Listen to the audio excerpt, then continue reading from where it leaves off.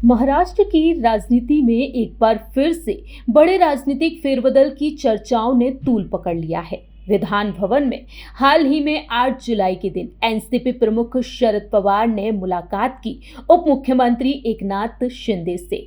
वहीं दोनों की मुलाकात के बाद अब मुंबई में मुलाकातों का दौर तेज हो चुका है। अब उप मुख्यमंत्री सुनेत्रा पवार ने मुख्यमंत्री देवेंद्र फडणवीस से मुलाकात की है।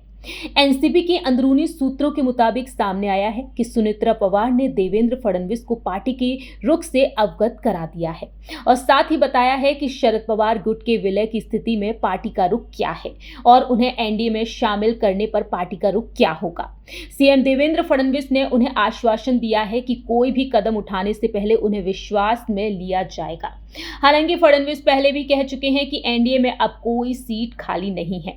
वहीं इस मामले में राजनीतिक जानकारों का कहना है कि महाराष्ट्र के शीर्ष नेताओं की यह मुलाकातें भले ही एक शिष्टाचार भेंट लग रही हों, लेकिन इसके समय और तरीके देखकर राजनीतिक हलकों में गहरी राजनीतिक कयास लगाए जा रहे हैं।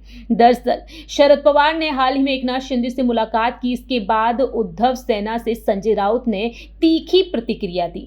उन्होंने साफ कहा कि हमारी सरकार गिराने वाले गद्दार के कार्यालय में मीटिंग करना बड़े नेताओं की साख कम करता है।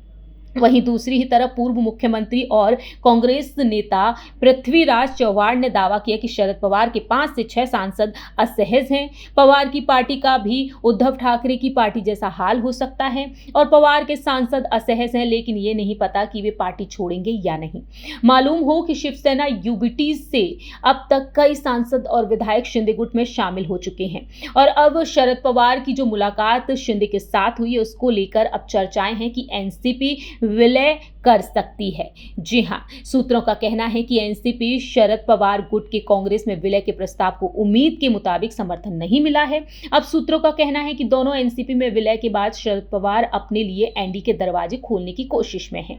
जानकारों की माने तो शरद पवार के गुट के सांसद और विधायक सत्ताधारी गठबंधन में शामिल होने के लिए दबाव बना रहे हैं। कहा जा रहा है कि सांसद सुप्रिया सुले और पार्टी के कुछ सीनियर नेताओं को एनडीए में शामिल होने पर केंद्र में अहम जिम्मेदारियां दी जा सकती हैं। हालांकि इन दावों पर कुछ नहीं कहा जा सकता, लेकिन यह भी कहा जा रहा है कि सांसद सुप्रिया सुले और पार्टी के कुछ सीनियर नेताओं को एनडीए में शामिल होने पर केंद्र में अहम जिम्मेदारी दी जा सकती है और शरद पवार के गुट के नेताओं ने इन सभी चर्चाओं को साफ तौर पर खारिज करते हुए बेबुनियाद अफवाह बताया है। विधायक रोहित पवार ने साफ कहा कि एनडीए में शामिल होने को लेकर चल रही सभी चर्चाएं बेबुनियाद हैं।